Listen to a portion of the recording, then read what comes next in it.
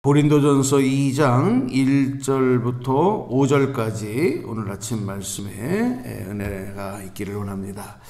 자, 저하고 한 절씩 교독할 때 여러분이 짝수절 읽어주시면 감사합니다. 교독하겠습니다. 형제들아, 내가 너희에게 나아가 하나님의 증거를 전할 때에 말과 지혜의 아름다운 것으로 아니하였나니 내가 너희 중에서 예수 그리스도와 그가 십자가에 못 박히신 것 외에는 아무것도 알지 아니하기로 작정하였어.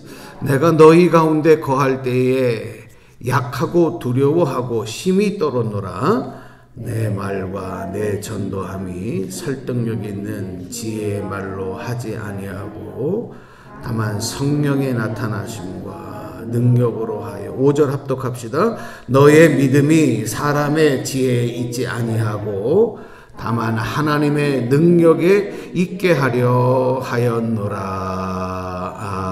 아멘. 할렐루야. 예. 귀한 권사님, 주사님 함께 오늘도 이렇게 기도 행진에 함께 하셔서 감사드립니다. 오늘도 주님 안에서 강건하시고 또 기도하는 모든 기도의 간구들이 주님 뜻 가운데서 아름답게 열매 맺어지는 그런 축복의 또 한 날 되기를 소망합니다. 오늘 우리가 읽은 이 고린도전서 말씀을 통해서 우리가 선택해야 하는 일, 또 결단해야 되는 일들, 이것은 우리 매일매일의 삶에 반복되는 일이거든요. 무엇을 선택하느냐, 그리고 내가 어떤 마음가짐을 가지고 결단하느냐.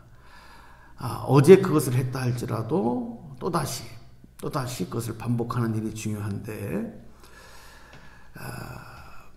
특별히 우리가 어떤 실패를 맛보고 나거나 아니면 어떤 깨달음을 얻고 나서는 더 확고한 결단하는 것이 필요합니다.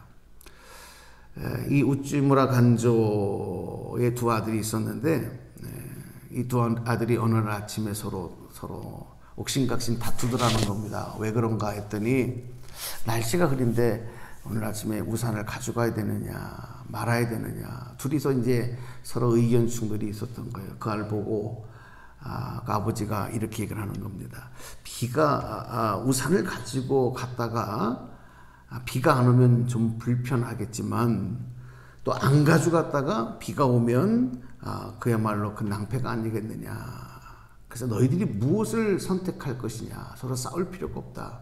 서로 각자 선택하면 된다 얘기를 해줬다는 것입니다.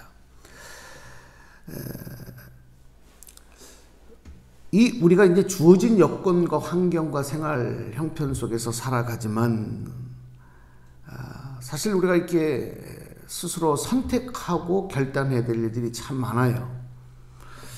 그런데 사실은 이 선택하고 결정하는 것보다는 그냥 누군가의 이끌림을 받아서 따라가는 게 사실은 참 편안합니다. 좀 자유함이 없어서 그렇지 거기에 또 적응이 되어지면 오히려 그게 더 편할 수도 있어요.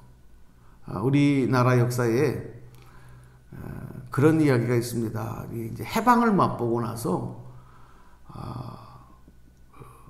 신분의 어떤 그 계급들이나 이런 것들이 이제 많이 다 없어졌잖아요. 양반제도 또 쌍놈제도 이런 제도들이 사회적으로 없어졌던 이제 이런 일이 있었는데, 평생 남의 집에서 종으로 살던 하인으로 살던 사람들에게 이제 자유함을 다 준 거예요. 자유함을 줬는데 얼마 가지 못해서 이 사람들이 다시 주인을 찾아왔다는 거 아니겠습니까?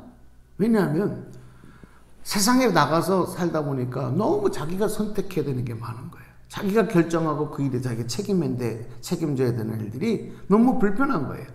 그래서 다시 나를 하인으로 받아주십시오 하고 찾아오는 사람들이 있었다는 그런 이야기를 들은 적이 있습니다.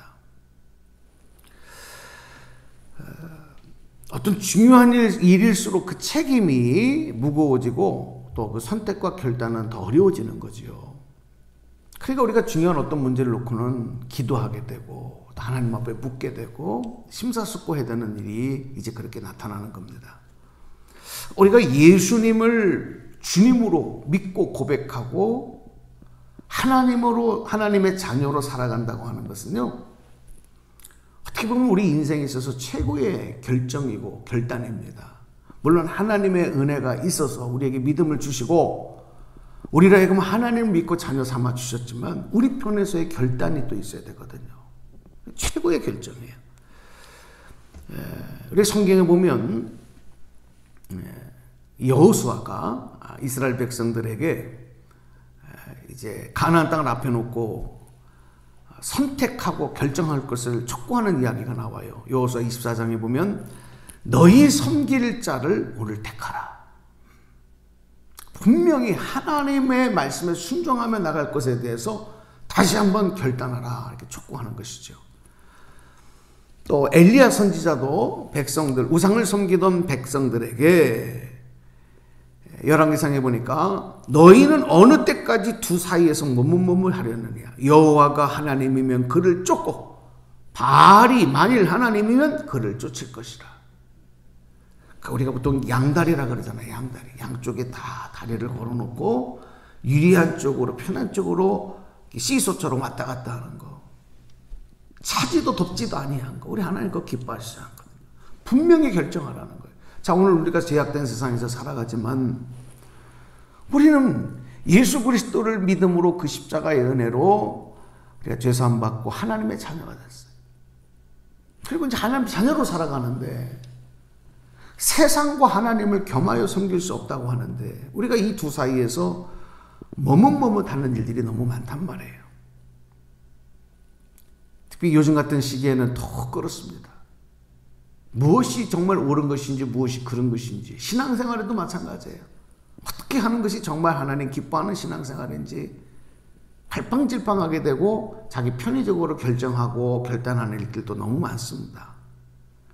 그래서 오늘 우리는 다시 한번 하나님 앞에 이 말씀 앞에 바울이 그렇게 했던 것처럼 우리도 한번 새로운 결단의 그런 고백을 가지고 그런 마음가짐을 가지고 주님 앞에 서는 일이 중요하다. 그래서 오늘 이 사도 바울 얘기를 조금만 더 해보면요. 우리가 잘 아는 대로 바울은 다메섹에서 예수님을 만나고 난 뒤에 위대한 결단을 한 사람입니다. 주님 편에서 먼저 이 사울을 찾아와서 그를 변화시켜 주시죠. 그리고 그를 바울로 이제 바꿔주시고 새로운 인생을 살아가게 하시는 거예요. 사도로서의 삶을. 물론 그전에도 그가 유대인으로서 또 가말리엘의 그 제 수제자로서 세상 가운데서 나름대로의 설통과 선택과 결정을 하고 살았겠지만 바로 이게 예수님 만나고 주님의 사도로 살아가는 결단은 참 위대한 결단이었던 것입니다. 그런데 그것만 가지고 되는 게 아니에요.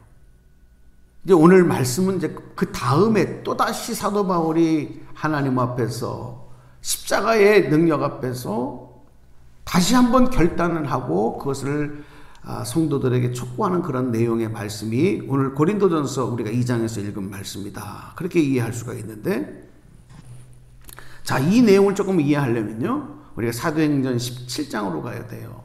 17장에 가보면 이제 바울이 전도 여행을 할 때 이 아덴이라고 하는 지금의 말하면 이제 이태리죠.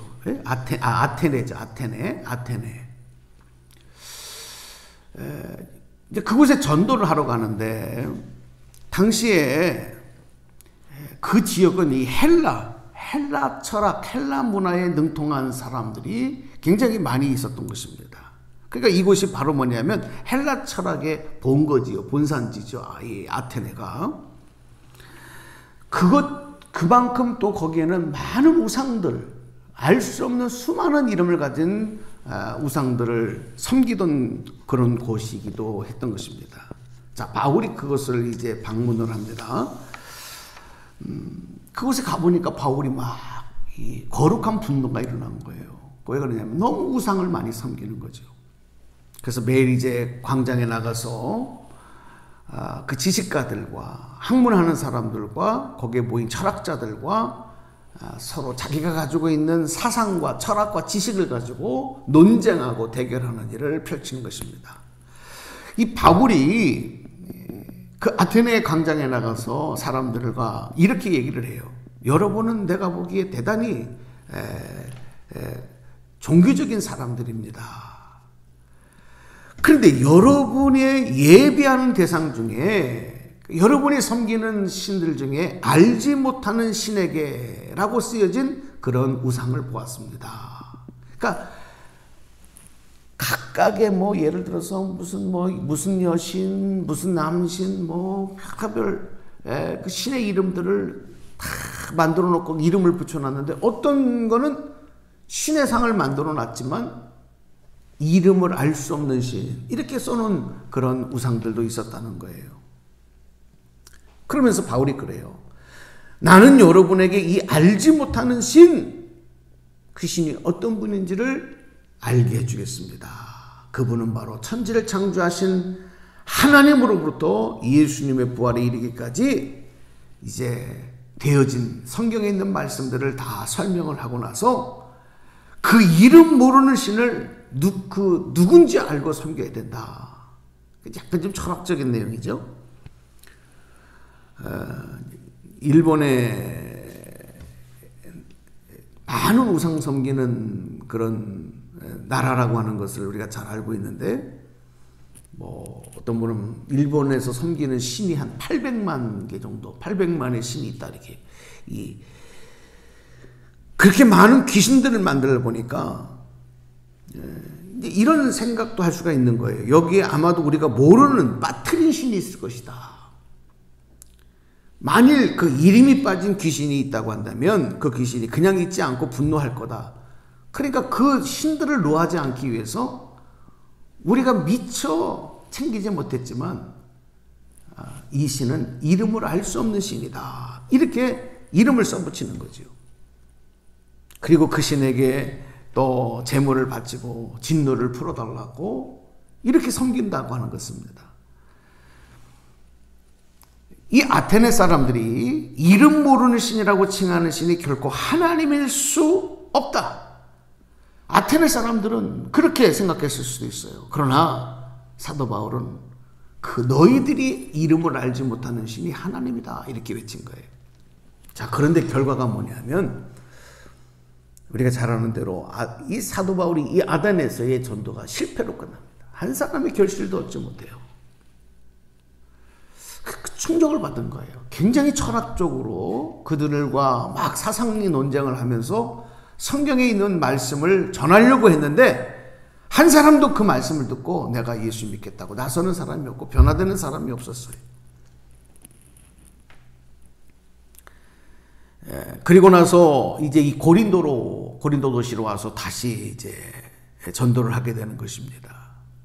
그때 이 사도 바울의 마음이 굉장히 낙심하고 또 나가서 복음을 전하는 일에 대해서 두려운 마음을 가졌어요. 그때 하나님께서 바울을 부르시고 두려워하지 말고 잠잠하지 말며 이 성의 구원 얻을 내 백성들이 참 많다. 근데 왜 잠잠하냐? 그래서 복음을 전하라, 이렇게 말씀한 거예요.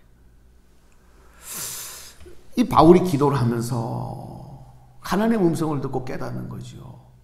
왜 아테네에서 실패했을까? 왜 나는 복음 전하는 일에 두려운 마음이 있을까? 그리고 깨닫는 게 뭐냐면 내가 인간의 지혜와 인간의 말을 너무 의지했기 때문이구나. 그겁니다. 이 사도 바울은 대단히 공부를 많이 한 사람이고 똑똑한 사람이에요. 제가 로마서를 우리 성도들과 함께 공부하면서 깨달았던 것이 참 사도 바울은 인간적으로 보면 정말 천재 같은 사람이다. 너무 위대하고 정말 뛰어난 사람이다라는 것을 너무 자주 느끼게 됐어요. 그런 사도 바울이 깨달은 게 뭐냐면 더 이상 하나님의 말씀은 인간의 지혜나 인간의 그 능통한 말로 되는 게 아니다. 우리 고린도전서 오늘 본문 2장 2절을 한번 저하고 말씀을 읽어보도록 하겠습니다. 자, 1절을 보시면 그래요. 하나님의 증거를 전할 때에 말과 지혜의 아름다운 것으로 아니하였나니. 그러면서 2절을 읽어보십시다. 시작. 내가 너희 중에서 예수 그리스도와 그와 십자가에 못 박히신 것 외에는 아무것도 알지 아니하기로 작정하였습니다. 아멘. 저는 이것이 사도 바울의 제2의 결단이라고 생각합니다. 목회를 하다 보니까 횟수가 거듭되어지면서 이 바울의 심정을 조금씩 이해가 돼요. 오늘 제 얘기를 조금만 하면은, 제 아버님이 목사님이시잖아요. 목사님이시 은퇴하셨는데, 목회자 자녀를 이렇게 자라면서 또 내가 목회를 하면서 처음에는요, 누구보다 내가 참 목회를 잘할 수 있겠다, 이런 자신감이 있더라고요. 왜냐하면 늘 본 게 그러니까. 그리고 또 신학을 공부하고 대학교, 대학원을 쭉 다니면서 그런 자신감이 있어서 누구한테도 나는 뒤지지 않게 목회할 수 있겠다. 근데 목회를 계속 하다 보니까 하나님께서 스스로 결단하게 하고 깨닫게 하시는 게 바로 그 생각이었어요. 그 생각이었어요. 그게 아닌 거예요. 그런 것들이 아니라 오직 하나님의 말씀, 십자가의 도를 붙잡고 성령의 인도하심에 순종하며 행할 때 일하시는 분은 하나님이시다. 그거를 깨닫게 하시는 거예요. 그리고 그때마다 하나님 앞에 다시 결단하게 하며 오늘 여기까지 인도하시는 것을 깨닫게 되었습니다. 오늘 여러분, 오늘 이 아침에 새로운 또 하루가 시작되어집니다. 오늘 바울에게 깨닫게 하신 그 마음 가지고 오직 십자가, 예수 그리스도, 우리의 지식과 우리의 경험보다, 내 판단보다, 내 결정보다 더 위대하신 하나님의 계획과 뜻에 따라서 오늘도 순종하면서 나아갈 때 그 일을 이루시는 분은 하나님이신 줄로 믿습니다. 오늘도 우리에게 귀한 더 큰 은혜, 충만한 열매들로 채워주실 줄로 믿습니다. 승리하는 하루 되시기를 주님의 이름으로 축원합니다. 기도하겠습니다.